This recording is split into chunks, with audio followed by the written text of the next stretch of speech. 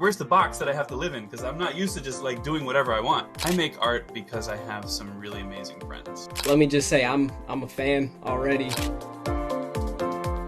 Hello everybody from OCA Mocha. My name is Eisenhart. Today we have special guest Benjamin the Young Savage with us. Artist of many different calibers, vector artist, photographer. Yeah, I do a lot of work. I like to tell people the only thing I don't know how to do yet is surf, but that's going to happen this summer. I initially went to school for engineering. I thought I was going to build robots for NASA.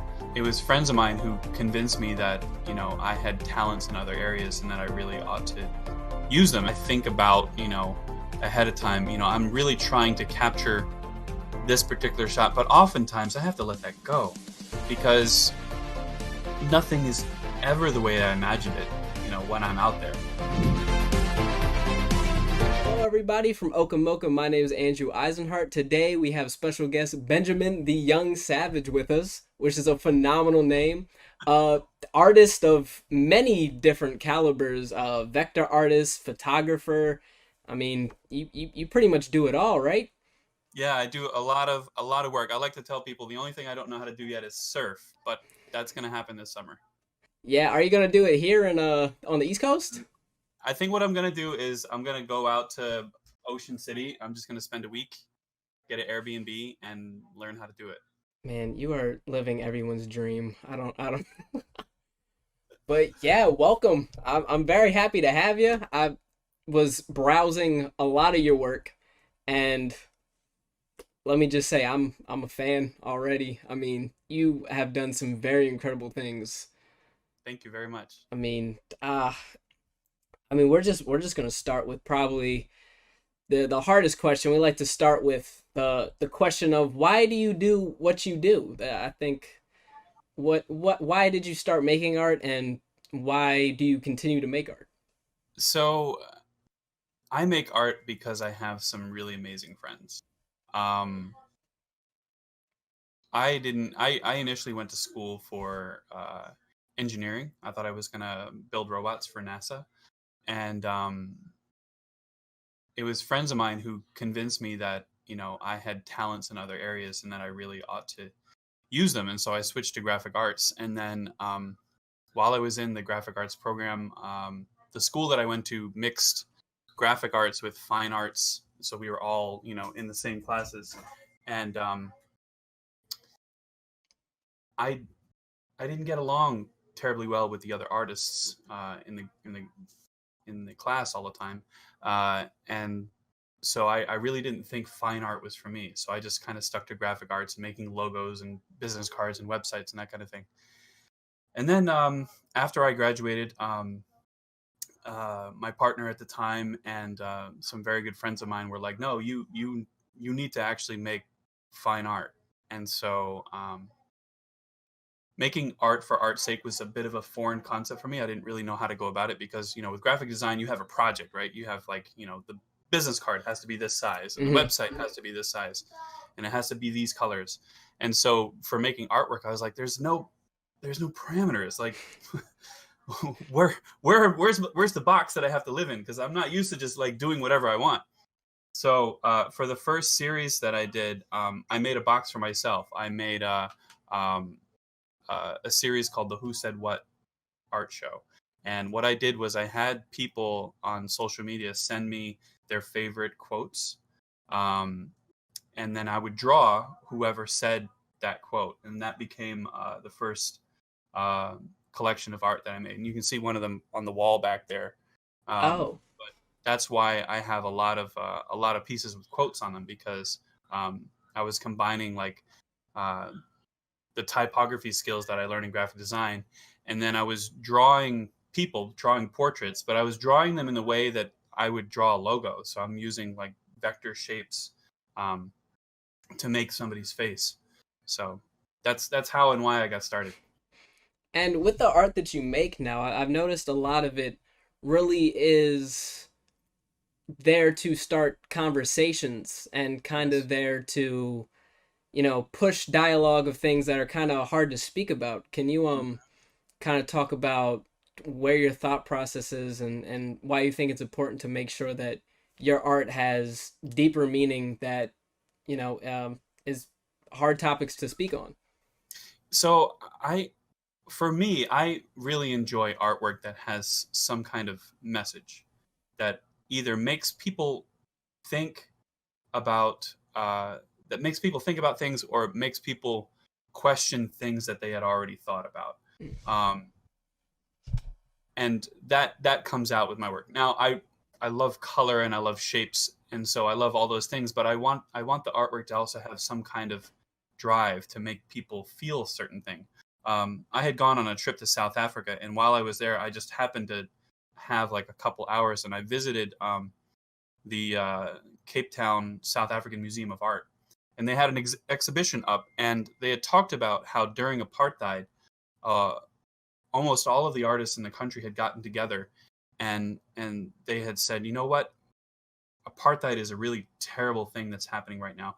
We're all going to abandon making art for art's sake, and we're all going to make artwork that is anti-apartheid, because that's a message that people need to understand and hear, and the world needs to know it. And so they all made a pact, and they all made artwork that was anti-apartheid until apartheid was over.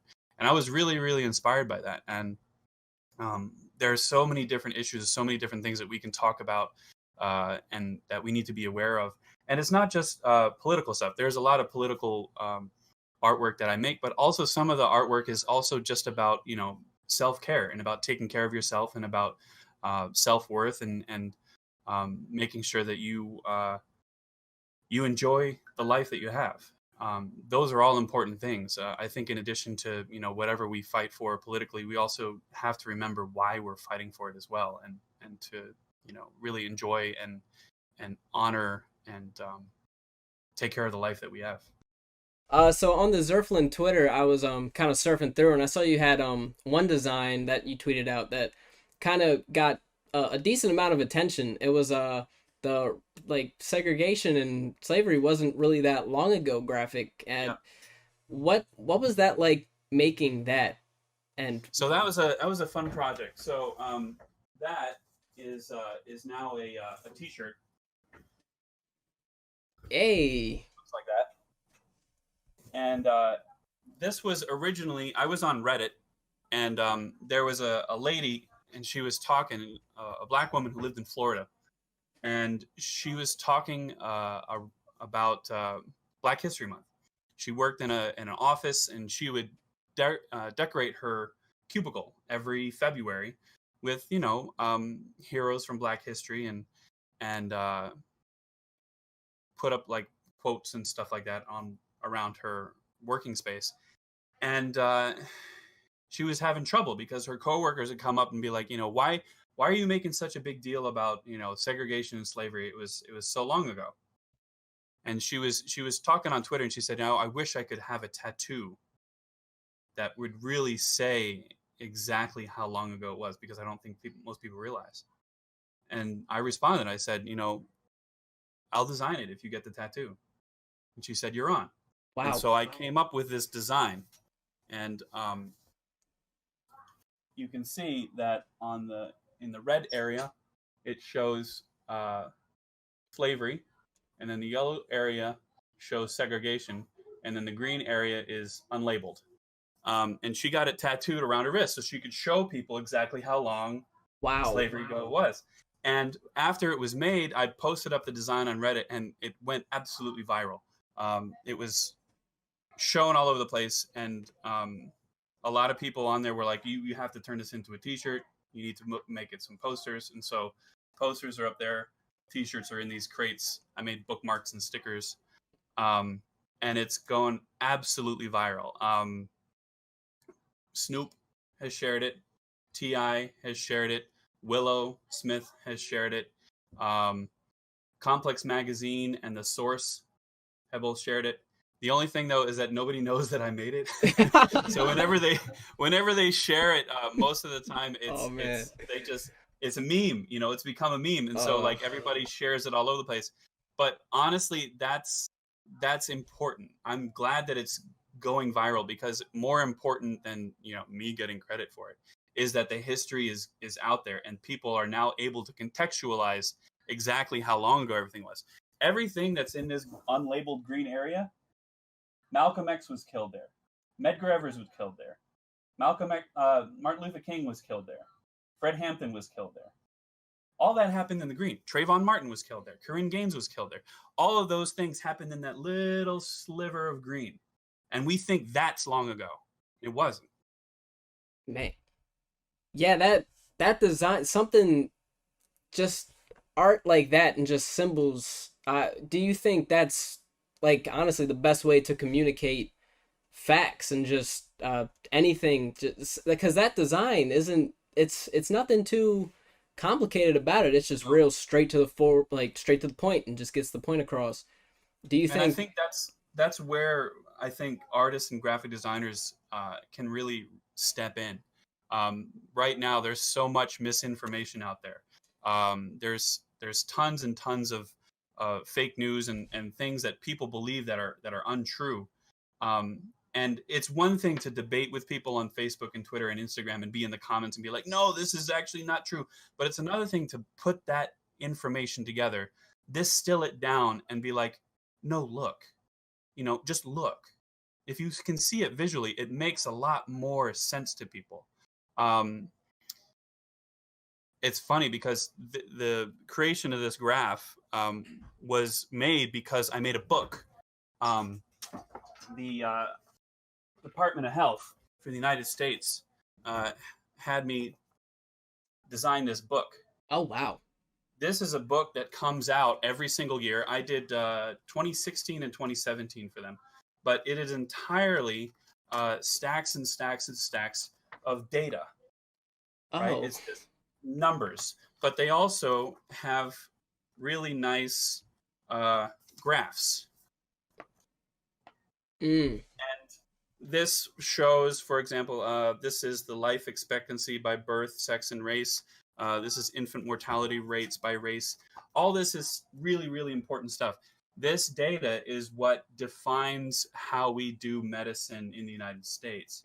And I just come off finished designing this book for the United States government, and I was like, you know what, charts really make a difference. All the charts in this book for that year were picked up by journalists. Journalists would use the data that I had compiled in this book, and they would put it into articles and say, oh, infant mortality for Hispanics is going up. We have to do something. There's something wrong. It's an indicator of something that people can take action towards. And so, it made sense to me to put something like that in a timeline, especially because it happens every single year. Every single year when Black History comes around in February, white people always say, what about white history? This is so long ago. Why are you making such a big deal about it? We make such a big deal about it because it's important. We make such a big deal about it because there's all of that time and trauma that has been inflicted that we have to heal from. If we just brush it under the rug and pretend like it doesn't exist, and we're never going to heal from it. So that stuff's important.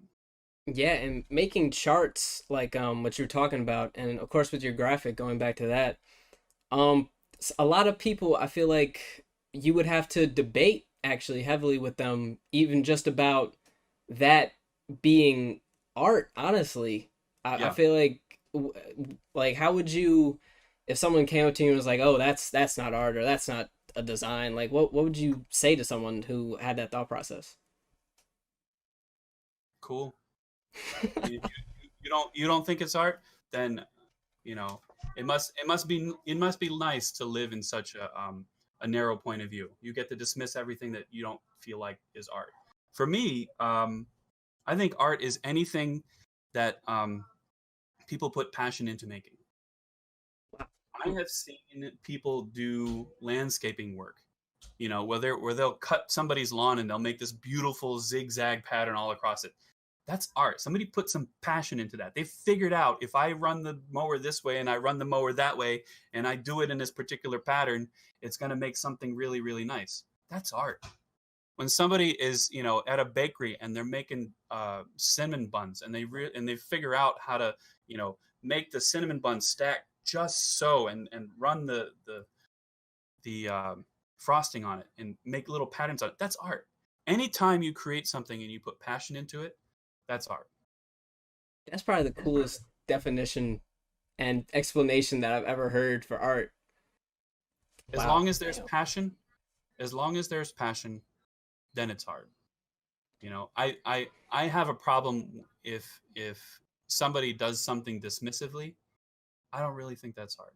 If somebody just is like, I don't care about that. Why'd you make it? I don't know. Hmm. Now, sometimes artists, I think, will try to distance themselves because they don't want to answer people's questions. Yeah. But you can tell when something's made with passion. Would you say that everything that's made with passion has a message behind it, or do you think that No, there's just passion just for the sake of being passionate about it? I think there's passion just for the sake of being passionate about it. But I think that if you really dive deep into the thing that was made, you know, there is some kind of message behind it. So, like, go back to the example of the guy with the lawnmower, right? He thinks that pattern looks good. That pattern is pleasing to his eye. The message that he's conveying is that I am happy with this work. The message that he's conveying is that I like these cool patterns. The message that he's conveying is that I enjoy this job, or they pay me enough to enjoy it. But there is some kind of message. I don't think that it's possible to create art with absolutely no message at all. I think that there's always some kind of message, even if it's a simple message, even if the message is just like, you know what, I really like the way this looks. That's a message enough sometimes. Yeah, and with your different mediums of art, you doing vector art, and I believe you have a painting behind you, and you also do Yep. photography. Does your message and the way that you show your passion shift, and are you passionate about different mediums for different reasons? Yeah, I am. Photography is such a interesting one because um, with the with the vector art and with drawing and with painting, um, it's such a laborious process. The pieces that are on the walls behind me easily take 50 to 60 hours to make. I'm making them over months, and photography is really about flying at the seat of your pants. You have to be in the right place at the right time. The kind of photography I make, I don't really do a whole lot of studio photography. I'm usually out like in the street with my camera, or crawling through an abandoned building or something. But you have to be at a certain point at a certain time. I can't control the sun. I can't control the way people move. All I can control is me. I can move up 6 feet. I can move down to the ground. That's it. You know, there's not a whole lot else I can do. And so the rest of that is really starting to understand. How does light work? How do shadows work? How does motion work? Um, how does depth of field, the focus back and forth work, and playing with all those things in real time versus creating something and putting it together piece by piece is such a different process, and it's fun to do both. I enjoy both of them. I actually gave up photography for a while and only got back into it in the past year and a half or so. I used to be a professional photographer. I did weddings and all kinds of stuff, and a friend of mine needed a camera, and so I gave him my camera for a while. But now that I'm getting back into it, I'm rediscovering that love that I have for just going out and trying to be in that right spot to capture that perfect moment.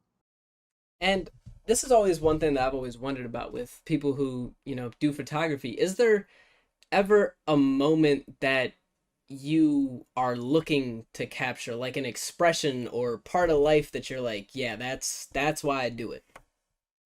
Yeah, I mean, there's definitely intention that when you go out and you take a shot, like you have this uh idea of like this perfect shot that you have in your mind.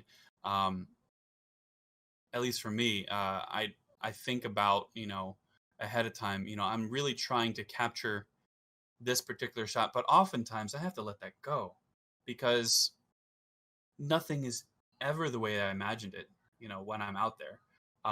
Like, for example, most recently I was doing some urban exploration, and I knew that I was going out, right before sunset. So I was going to be at the golden hour, and I knew that shadows would behave a certain way. And I was really looking for some places where I could get some shadows of like window panes, you know, in a grid, like kind of cascading across a wall or something like that.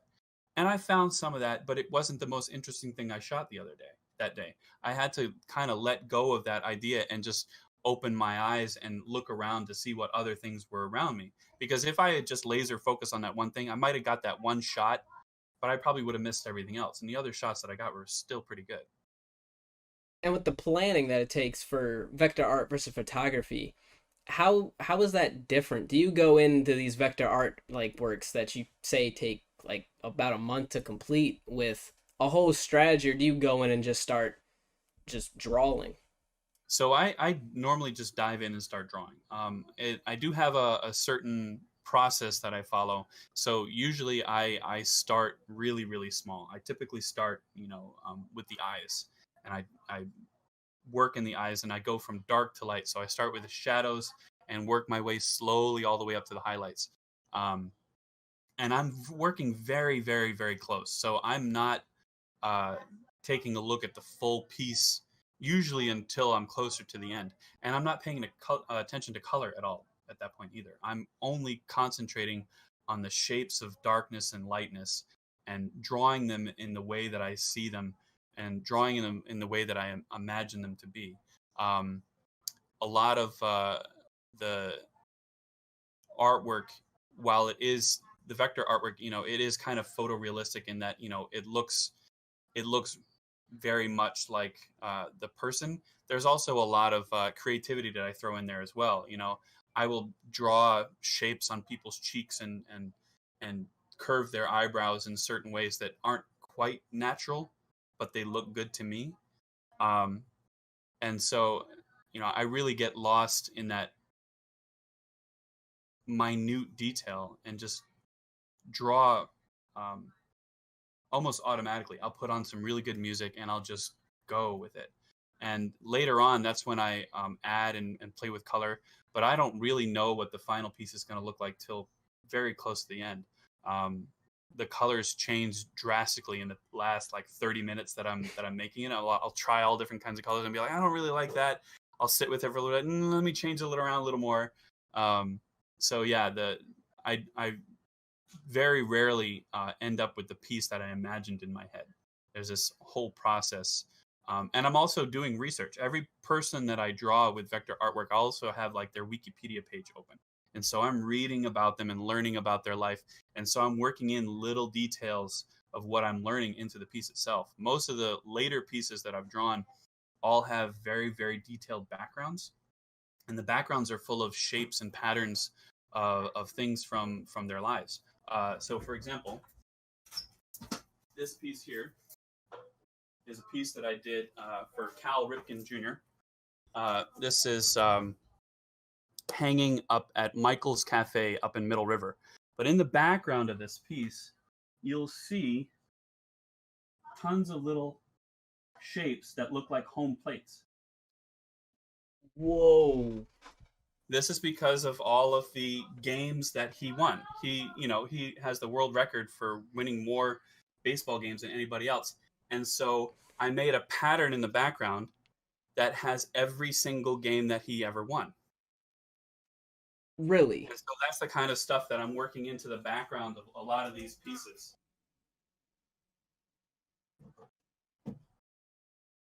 Here's another piece that I did. This is a piece that I did of Vanessa Geffrard. Her husband actually commissioned this piece and gave it to her as a Christmas present. But she is a sex educator.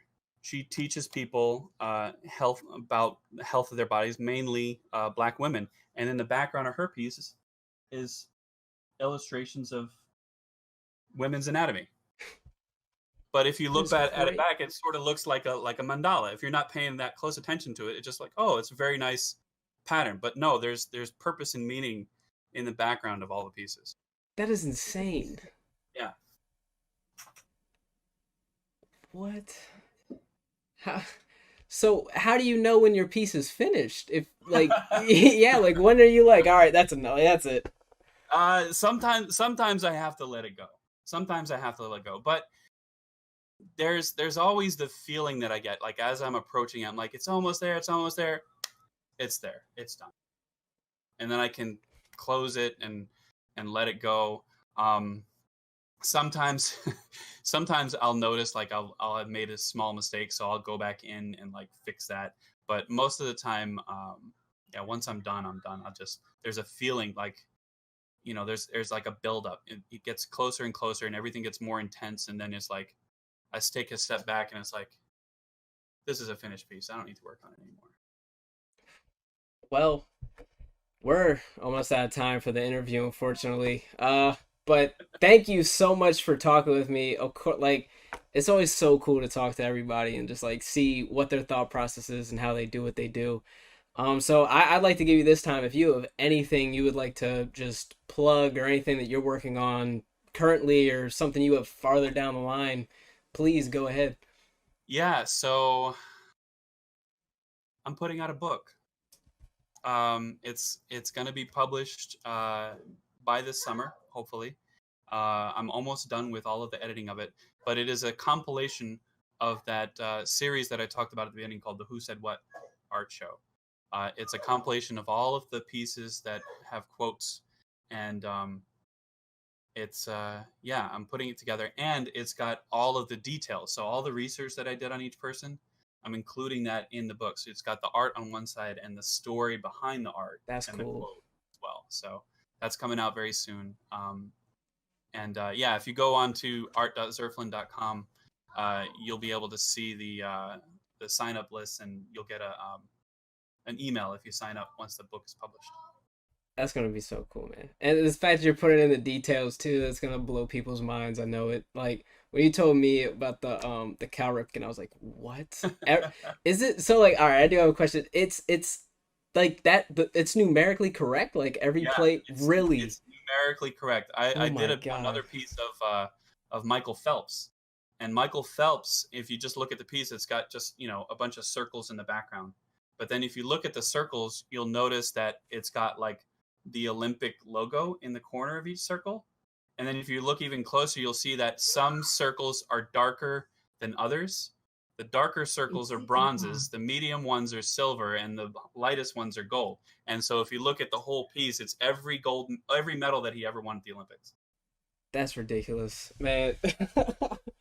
Thank you so much. Thank you so much for talking to me, man. I guess that's gonna wrap it up for the this interview. Thank you so much. I hope to talk to you again. Everybody, look for the book. Go to Zerflin.com. Is that what is it? Art.zerflin.com is the art, and then Zerflin.com is my business website. Okay, I'm gonna put both the links down below on the video, so please go check that out. And the young savage himself. Thank you. Thanks so much. I appreciate you.